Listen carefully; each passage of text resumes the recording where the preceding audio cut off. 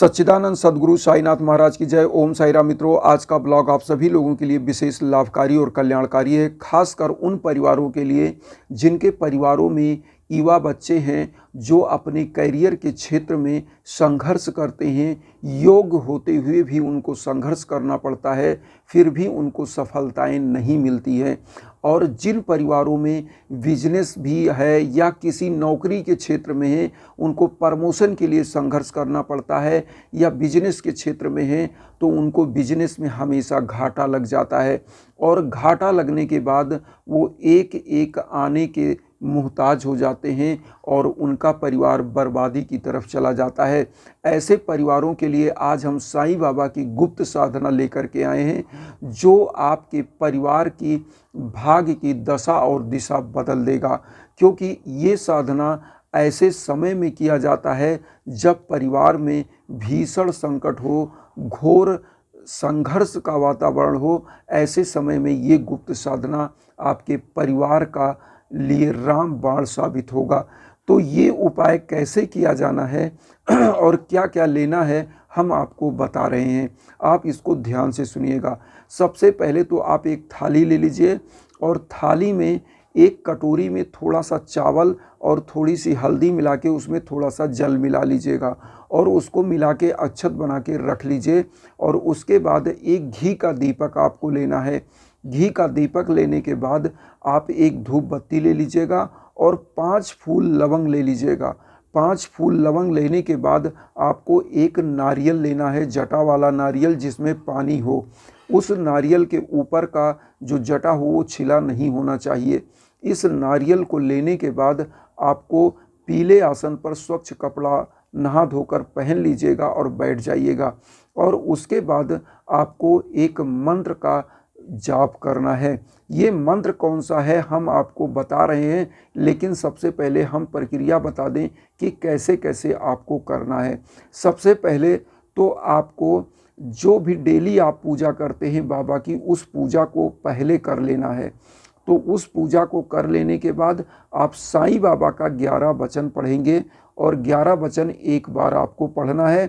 चूँकि ये जो उपाय है ये एक ही बृहस्पतिवार का उपाय है, एक बृहस्पतिवार का उपाय है और एक बार आपको 11 वचन पढ़ना है और एक मंत्र का जाप करना है।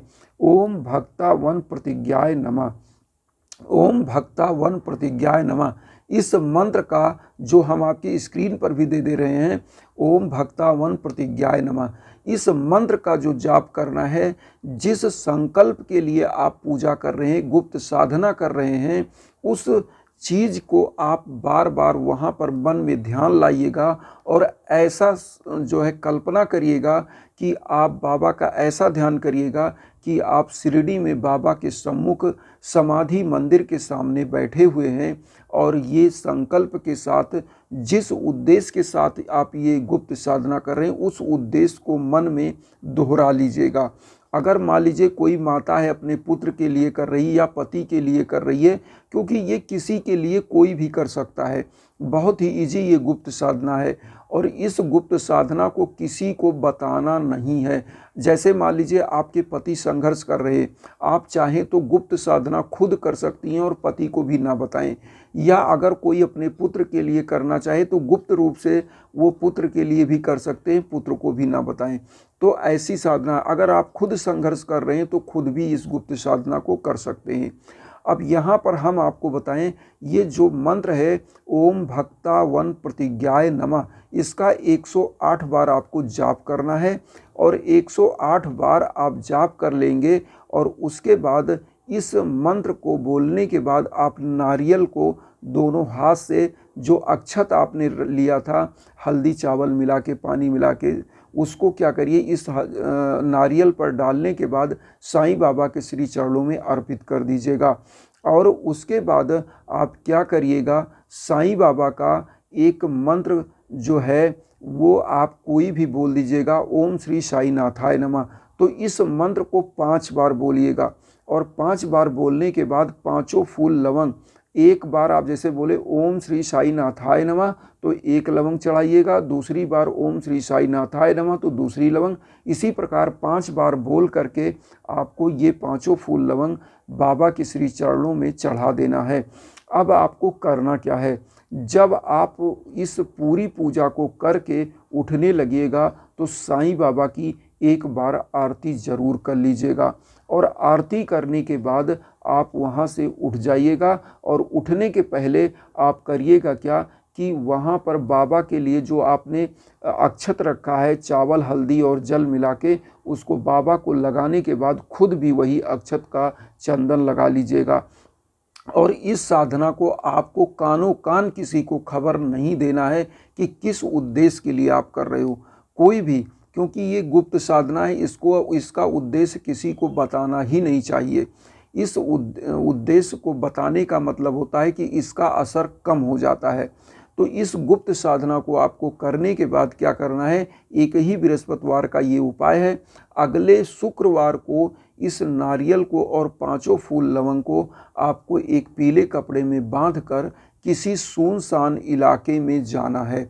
वहाँ पर इसी मंत्र का आप 11 बार जाप करिएगा, ओम भक्ता वन प्रतिज्ञाय नमः, ओम भक्ता वन प्रतिज्ञाय नमः।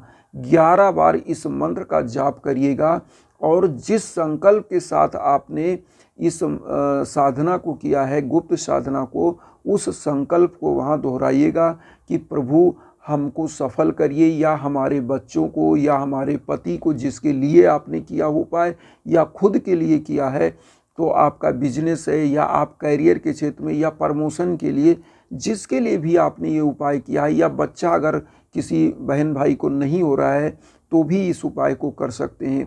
और इस गुप्त साधना को करने के बाद जब आप जहाँ पर नारियल और लवंग सोने साने इलाके में ले गए हैं, वहाँ पर आपको एक चीज़ बोलना है कि हे प्रभु साईनाथ, जो भी हमारे घर में निगेटिव ऊर्जा है उसको समाप्त करिए, हमारे परिवार की भाग्य बाधा को ख़त्म करिए, और हमारे परिवार को उन्नत की तरफ अग्रसर कराइए।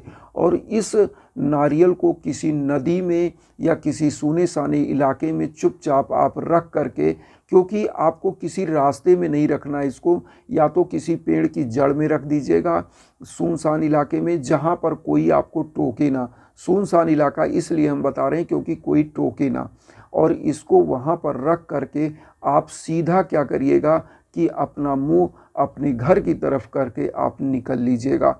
और निकलने के बाद जब आप घर आइएगा तो थोड़ा सा एक काम करिएगा, उसी दिन थोड़ी सी मिश्री आप क्या करिएगा, साईं बाबा को भोग लगाइएगा, और पूरे परिवार को आप क्या करिएगा कि इसका जो है प्रसाद वितरण कर दीजिएगा, क्योंकि इस प्रसाद को वितरण करना जरूरी है। और अगर परिवार में आप प्रसाद वितरण करते हैं, मान लीजिए कोई आपसे पूछता है कि अगर आप डेली भोग नहीं लगाते हैं कि क्यों कर रहे हैं, तो ऐसे समय में आपको करना क्या है कि इस प्रसाद को पूरा आप खुद खा सकते हैं, क्योंकि इस प्रसाद को अगर आप वितरित करते हैं तो बहुत अच्छी बात है। अगर कोई ये लगे कि टोकेगा या पूछेगा कि किस उद्देश्य से वितरित कर रहे हैं, तो इस पूरे प्रसाद को चढ़ाने के बाद खुद खा लीजिएगा। और उसके बाद साईं बाबा का ये चमत्कार आप देखिएगा कि आपके परिवार की सफलताएं, आपकी मंजिलें कैसे आपके कदमों में होती हैं। और चूँकि मेरा उद्देश्य भी साईं बाबा के इन्हीं सभी भक्तों के लिए यही होता है, वसुधैव कुटुंबकम की जो विचारधारा हम लेकर चल रहे हैं, उसमें आपका सहयोग भी नितांत आवश्यक है।